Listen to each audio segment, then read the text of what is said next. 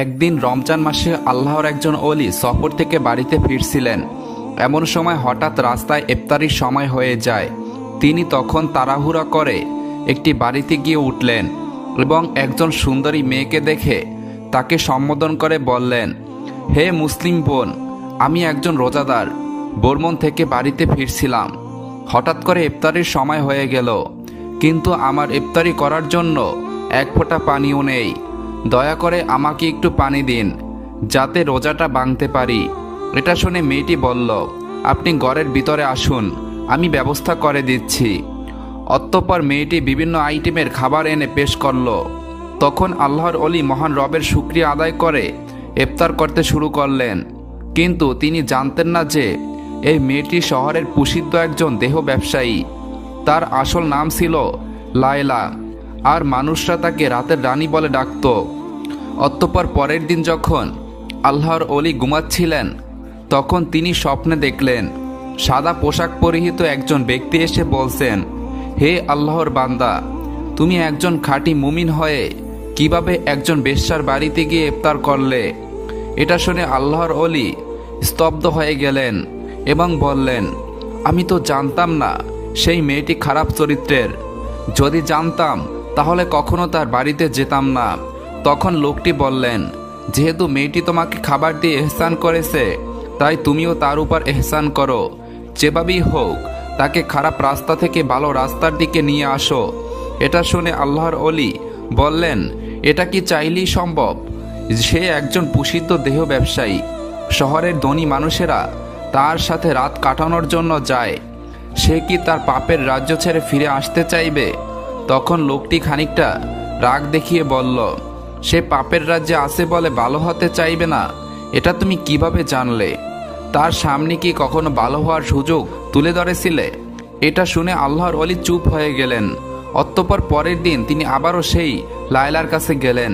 লায়লা তখন আল্লাহর ওলির চেহারা দেখে চিনতে ভুল করেনি। সে তাকে দেখে কিছুটা অপ্রস্তুত হয়ে গেল। এই অবস্থা দেখে আল্লাহর ওলি বললেন, আমি তোমার কাছে সময় কাটাতে আসিনি, বরং তোমাকে একটি সত্য জানাতে এসেছি। এটা শুনে লায়লা প্রথমে অবাক হলেও তার কথায় কৌতূহলী হয়ে গেল। আল্লাহর ওলি তখন আবারও বললেন, আমি একজন সাধারণ মানুষ, এখনও আলোর দিশা খুঁজে বেড়াচ্ছি। আর তুমি এমন একজন মানুষ যে অন্ধকারে থেকেও আলোর দিকে ডাক পাচ্ছ। লায়লা তার রহস্যময় কথা শুনে হেসে ফেলল, কিন্তু তার হাসির পিছনে এক অজানা শিহরণ বয়ে গেল। এই ব্যক্তি যেন তার মনের গোপন গভীরে লুকিয়ে থাকা প্রশ্নগুলো শুনতে পাচ্ছিল। অতঃপর তিনি এক টুকরা কাগজ লায়লার হাতে দিয়ে চলে গেলেন। সেই কাগজে লেখা ছিল, তুমি সৃষ্টি হয়েছো শুধু মানুষের বিনোদন দেওয়ার জন্য নয়, তোমার জন্মের উদ্দেশ্য আরও গভীর। তুমি কি সত্যকে জানতে চাও? এটা পরে লায়লা চিন্তায় পড়ে গেল। গভীর রাতেও লায়লা ঘুমাতে পারল না। তার হৃদয়ের মধ্যে যেন এক জ্বর বয়ে যাচ্ছিল। সে ভাবছিল, এই ব্যক্তি আসলে কে? কেন সে আমার কাছে এসেছে? অতঃপর পরের দিন লায়লা সেই লোকের সন্ধানে বের হয়ে যায়, কিন্তু বহু খোঁজাখুঁজির পরেও তার কোনো সন্ধান পেল না। অবশেষে লায়লা শহরের হাকিমের কাছে উপস্থিত হলো এবং সেই প্রতীক সম্পর্কে তথ্য জানতে চাইল। হাকিম প্রথমে অবাক হলেও পরে ফিসফিস করে বলল, লায়লা, এই লোক কোনো সাধারণ মানুষ নয়। তুমি কি জানো সেই ব্যক্তি কে? উত্তরে লায়লা বলল, না, আমি শুধু জানি সে আমাকে প্রশ্নের জালে ফেলে গেছে। তখন হাকিম বলল, আসলে লোকটি একজন সাধক, তার নাম জায়েদ। বহু বছর আগে সে ছিল একজন ধনী ব্যবসায়ী, কিন্তু একদিন সবকিছু ছেড়ে দিয়ে সত্যের সন্ধানে সে বেরিয়ে পড়ে। সে কেবল তাদের কাছে যায় যাদের জন্য আল্লাহর কোনো পরিকল্পনা থাকে। এটা শুনে লায়লার হৃদয় কেঁপে উঠল। সে বিশ্বাস করতে পারছিল না যে তার মতো একজন নারীর জন্য আল্লাহর একজন ওলি এসেছিল। পরে লায়লা হাকিমের কাছ থেকে আল্লাহর ওলির সন্ধান নিয়ে রওনা হয়ে গেল। এদিকে আল্লাহর ওলি একটি মসজিদে বসা ছিলেন। তিনি লায়লাকে আসতে দেখে সীমাহীন খুশি হলেন এবং কোমল কণ্ঠে বললেন, তুমি এসেছো? তাহলে আমার বিশ্বাস ছিল তুমি আসবে।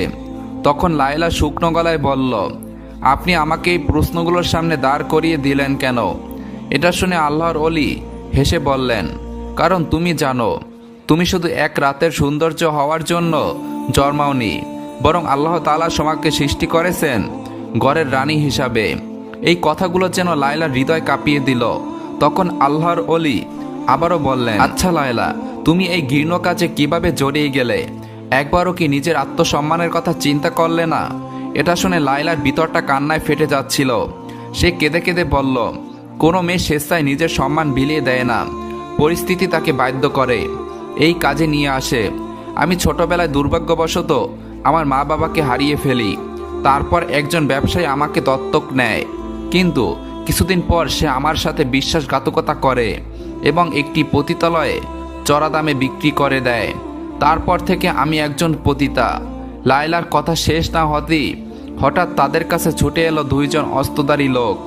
তারা এসেই বলল, লায়লা তার পুরনো জীবনই থাকবে। এই রাতের রানী কখনো আলোর পথ ধরতে পারে না।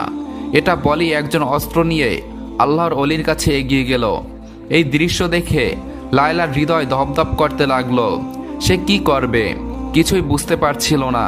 একটা সময় লায়লা কাবা কণ্ঠে বলল, এই ব্যক্তিকে কোনো আঘাত করবে না, তার কোনো অপরাধ নেই। তোমরা বলো, এখন তোমরা কি চাও? তখন একজন অস্ত্রধারী বলল, তোমার ফিরে আসা দরকার। তুমি আমাদের পতিতলার জন্য একজন রত্ন, আমাদের শক্তির উৎস। তুমি যদি চলে যাও আমাদের অস্তিত্ব বিপন্ন হবে। এই কথা শুনে লায়লা খুবই কষ্ট পেল। নিজেকে একটি পরাধীন ব্যবসার পণ্য হিসেবে মনে হচ্ছিল। তখন আল্লাহর ওলি নরম কণ্ঠে বললেন, লায়লা, মানুষের সত্যিকারের মূল্য তার অন্তরে লুকানো থাকে। তুমি যদি মুক্তি চাও তবে এখনই সিদ্ধান্ত নিতে হবে। তখন লায়লা গভীরভাবে শ্বাস নিল এবং শান্ত গলায় বলল, আমি আর সেই জীবনে ফিরতে চাই না। এই কথা শুনতেই একজন লায়লার দিকে ঝাঁপিয়ে পড়ল, কিন্তু তার আগেই আল্লাহর ওলি সামনে এসে দাঁড়িয়ে গেলেন। তখন অস্ত্রধারী একটি সজোরে ধাক্কা দিয়ে আল্লাহর ওলিকে মাটিতে ফেলে দেয়। এটা দেখে লায়লা চিৎকার করে উঠল এবং সাহস নিয়ে একটি পাথর দিয়ে আঘাত করল লোকটির মাথায়। চোখের পলকে আল্লাহর অলিকে নিয়ে দৌড় দিল। তার সর্বোচ্চ শক্তি দিয়ে দৌড়চ্ছিল। তার পিছন থেকে শোনা যাচ্ছিল দাওয়া করার আওয়াজ। কিন্তু লায়লার মনে এখন শুধু একটাই কথা, আমি মুক্তি চাই, আমি সত্য চাই। এক পর্যায়ে তারা একটি পুরনো বাড়িতে আশ্রয় নিল। আল্লাহর অলি জায়েদের কপাল থেকে রক্ত ঝরছিল, কিন্তু তার চোখে ছিল প্রশান্তি। তিনি ক্লান্ত গলায় বললেন, লায়লা, তুমি তোমার প্রথম যুদ্ধে জিতে গেছো। তখন লায়লা হাঁপাতে হাঁপাতে বলল, কিন্তু আমার পথ তো এখন শুরুই হয়নি, না জানি আরও কি পরীক্ষা রয়েছে আমার জন্য। তখন জায়েদ মৃদু হেসে বললেন, এটাই তো আসল কথা, পথিকের যাত্রা কখনো এত সহজ হয় না। এদিকে শহরের অন্য প্রান্তে অস্ত্রধারীরা আবারও জড়ো হচ্ছিল। তারা জানতো লায়লা পালিয়ে গেছে, কিন্তু তারা এটা জানতো না যে লায়লা আর আগের সেই রাতের রানী নেই। এদিকে পুরনো বাড়িতে লায়লা আর জায়েদ লুকিয়েছিলেন। লায়লার হৃদয় স্পন্দন তখনও দ্রুত চলছিল, কিন্তু তার মনে এক নতুন অনুভূতি কাজ করছিল। এজন্য এক ধরনের সাহস, এক ধরনের মুক্তির স্বাদ। অতঃপর লায়লা জায়েদকে ফিসফিস করে বলল, আমরা এখন কি করব? তখন জায়েদ ভেবেচিন্তে বললেন, তোমাকে শহর ছাড়তে হবে, কিন্তু এই অন্ধকার জগৎ তোমাকে সহজে যেতে দিবে না। এটা শুনে লায়লা এক মুহূর্ত চুপ করে থাকলো। তারপর বলল, কিন্তু আমি কোথায় যাব? আমার তো এই দুনিয়ার কেউ নেই। তখন জায়েদ বললেন, আল্লাহর দরবারে যার কেউ নেই সে সবচেয়ে শক্তিশালী। আল্লাহর উপর আস্থা হারাইও না। তিনি ওয়াদা দিয়েছেন, কেউ যদি আল্লাহর রাস্তায় যাওয়ার জন্য চেষ্টা করে তাহলে তিনি অসংখ্য রাস্তা খুলে দিয়ে সাহায্য করবেন। অতঃপর তারা রাতের বেলা শহর ছাড়ার জন্য বের হয়ে গেল, কিন্তু কিছুক্ষণ যাওয়ার পর দেখতে পেল অদূরে এই সীমান্তে অস্ত্রধারীরা টহল দিচ্ছে। এই দৃশ্য দেখে লায়লা এক গভীর শ্বাস নিল। তখন জায়েদ অভয় দিয়ে বললেন, ভয়ের কিছু নেই। শহরের একটি গোপন সুড়ঙ্গ পথ রয়েছে যা অনেকের পুরনো। তার ব্যাপারে কেবলমাত্র কিছু অভিজ্ঞ লোকই জানে। আমরা সেই পথ দিয়ে পালাবো, তুমি অযথা ভয় পাবে না। তখন লায়লা মুচকি হেসে বলল, কিসের ভয়? আপনি যেহেতু সাথে আছেন তাই ভয় পাওয়ার কিছুই নেই। তবে যেভাবেই হোক আমি মুক্তি চাই।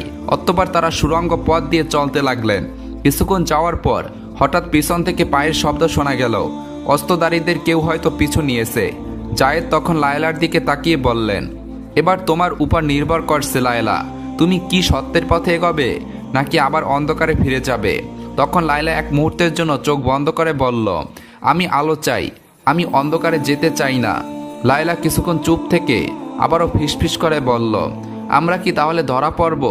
তখন শান্ত গলায় জায়েদ বললেন, সত্যের পথ কখনই সহজ হয় না, কিন্তু যারা আল্লাহর উপর ভরসা রাখে তারা কখনো হেরে যায় না। এভাবে চলতে চলতে সুড়ঙ্গ পথের ওই পাশে গিয়ে দেখল সামনেই রয়েছে একটি লোহার দরজা, যা কেবলমাত্র বাহির থেকে খোলা যায়। এটা দেখে লায়লা নিরাশ হয়ে বলল, এখন কি হবে? পিছন থেকে অস্ত্রধারীদের দাওয়ার শব্দ আসছে। তখন আল্লাহর ওলি জায়েদ দোয়া পরে ধীরে ধীরে দরজার একটি অংশে বিসমিল্লাহ বলে ধাক্কা দিলেন।